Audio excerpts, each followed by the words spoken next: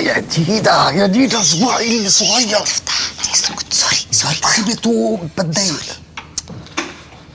يا فرح بقى، انا هطلع اشوفها. ماجد، فرح دلوقتي بتمر بوقت زي الزفت. ايه طيب؟ ها؟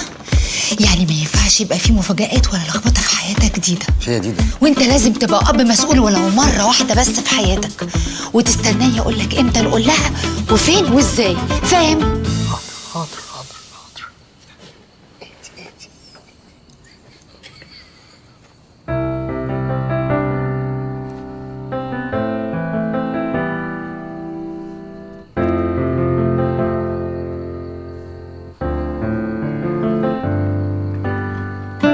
أمورة فرح. يعني حلوة اتراكتيف كده زي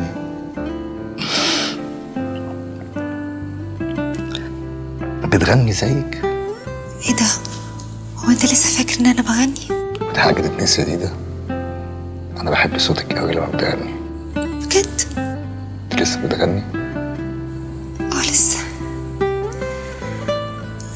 هو انا صحيح ما عملتش حاجة مهمة، بس بحاول مع اني زهقت من المحاولة. لا. أنت عارفة إن أنا بقيت نجم من سنتين بس؟ متخيلة لو كنت زهقت كان زمان العالم ده كله اتحرم من موهبة عظيمة زيي. اوعي تيأسي يا ديدا. طيب اتفقنا؟ اتفقنا. ومال الراجل اللي اتقتل ده؟ كل اللي بيشتغلوا في الفندق هيتحقق معاهم يا ماجدة. ما انا قلت لك من الاول، شغلانه الفنادق دي كلها قله قيمه. انا نازله عشان ما اتاخرش، هكلمكم وانا راجعه عشان مأذون وكاتب الكتاب والحاجات دي. باي باي. باي. سلام. يا عيني عليك يا بنتي. بنتك بتعمل الصح، ما تخافيش عليها. طب يا ماما انتي مش هتدخلي تريحي شويه؟ اريح ده ايه؟ ده احنا لسه صاحيين من النوم. سيبيني اخش اشوف اللي ورايا، ده انتوا سايبين لي مواعين متلتله. طيب يا ماما براحتك.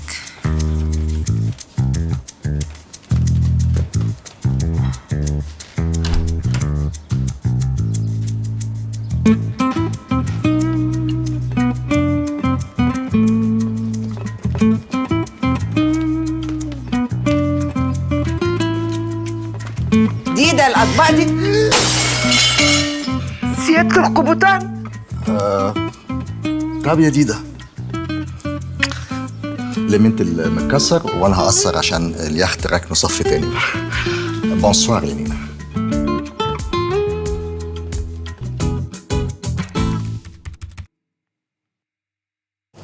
اوكي روحي وراهم. طارق ارجع مكانك يا فرح. ما ينفعش نتكلم مع حد فيه غير لما التحقيق يخلص. بص يا طارق، انا عارفه ان انت زعلان. زعلان؟ ده انا على طول اشيلك من. بص، مش انت كنت عايز ان احنا نتجوز على طول؟ ازاي يعني؟ يعني دلوقتي الخطه كانت ان انا اتجوز شادي. ما تجيبيش سيره شادي. حاضر، اتجوز ابو البيبي، بعدين استنى 9 شهور اولد، بعدين نتجوز انا وانت. دلوقتي لا، احنا ممكن نستنى 3 شهور بس يا طارق وبعدين نتجوز، يعني نبقى وفرنا 6 شهور واتجوزنا انا وانت. ارجعي مكانك يا فرح، ارجعي مكانك بدل ما اقسم بالله همسك. امشي. حاضر. شفتيه امتى ده؟ من يومين. وما قلتليش ليه؟ ما انا ما كنتش هعرف حد خالص. حضرتك تجيبيه يبات في البيت من ورايا. ما انا كنت هقولك يا جوجو. جوجو في عينك. هتقولي لبنتك ايه؟ هتقولي لها ان ابوكي اللي عمرك ما شفتيه طلع سيادة القبطان؟ بس احنا كنا مستنيين المسلسل يخلص عشان نفاجئك. انا هتصرف يا جوجو. تتصرفي؟ يا ريتك بتعرفي تتصرفي. اهو ضحك عليكي يا حلوه تاني، جه وبات معاكي ومشي ومش هتشوفي وشه تاني. على فكره ده اتغير خالص. الواد ده ما يدخلش البيت هنا تاني الا اذا كتب عليكي واعترف ببنته وشال شيلته، والا مش عايزه اشوفه في اي حته ابدا، ولا حتى في التلفزيون. طيب حاضر فاهمه. انا مش عارفه انا عملت ايه في دنيتي، بس يا رب ليه بس يا رب تديني البت الهبله دي؟ على فكره انا مش هبله. اخرسي.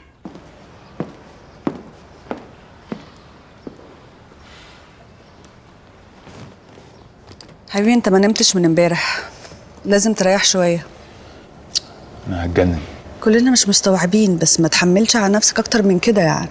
بابا عايزني اطلع بيان انفي فيه اي صله زين بالاوتيل. انت متخيله؟ بيني وبينك البيزنس مفيهوش هزار، واحنا مش عارفين ايه اللي حصل لغايه دلوقتي. طب ولو حد من اهله شاف البيان ده اقول له ايه؟ انا كمان لحد دلوقتي مش لاقي اخوه عشان اقول له اللي حصل ده. انت مش فاكره اخو زين ده كان اسمه ايه؟ هو زين كان ليه اخ اصلا؟ كان ليه اخ كده بس ما بيتكلموش بقالهم سنين، مش فاكر اسمه. انا ما عنديش اي معلومات عن الموضوع ده. انت عارف انا وزين ما كناش بنتكلم كتير يعني. لا يا شيخ، زين ما تصعبهاش عليا وعليك، خلاص الموضوع انتهى. هو انت الموضوع ايه ده اللي انتهى؟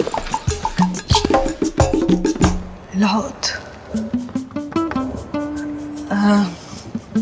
العقد اللي كنت هلبسه في المشوار اللي احنا رايحين النهارده مش لاقياه. انا كده لما ببقى مخضوضه دماغي بتقعد تودي وتجيب في حاجات تافهه. النهارده؟ مشوار فرح، محاضرات المأذون والشهود وكل حاجه. احنا هنعمل كده فعلا النهارده يا نادين؟ احنا لسه فوقنا من اللي حصل امبارح. احنا مقدره المصيبه اللي احنا فيها، بس احنا اتفقنا مع فرح خلاص، ومهما كان اللي حصل ده مش هيمنعنا ان احنا نرتب البيبي اللي جاي. احنا ما صدقنا ان فرح وافقت.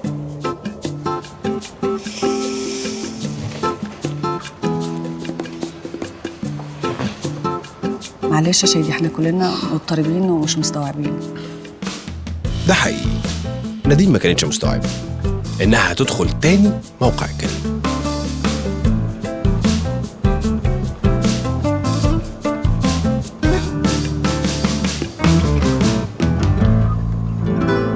طارق، بقول لك يا حبيبي فكك من اللي انت فيه ده عشان ورانا شغل.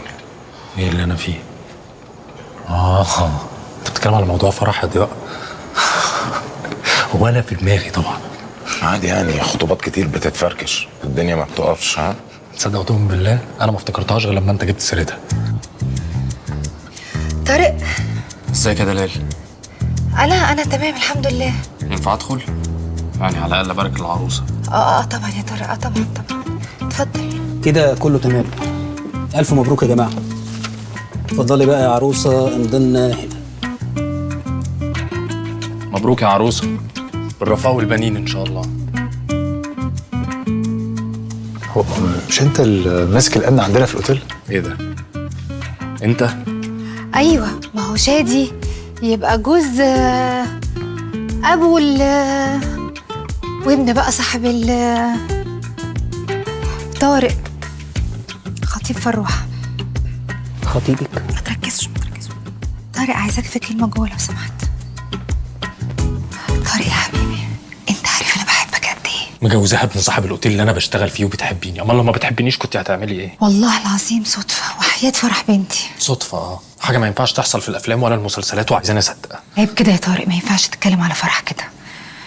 وبعدين انت ايش عرفك ان احنا بنكتب الكتاب النهارده؟ انا والهانم مشهورين جدول مواعيدنا مع بعض على الموبايل عشان الخطه. جالي النوتيفيكيشن من ساعه، جوازي انا وشادي.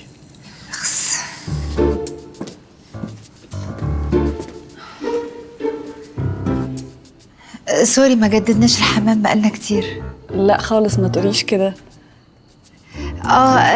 طارق خطيب فرح، نادين مرات شادي. فرصة سعيدة. انا اسعد. اهلا وسهلا. انا محرجة منك جدا، بس انا ممكن اطلع اشرب سيجارة في البلكونة؟ طبعا اتفضلي. ثانك يو، بعد اذنكم.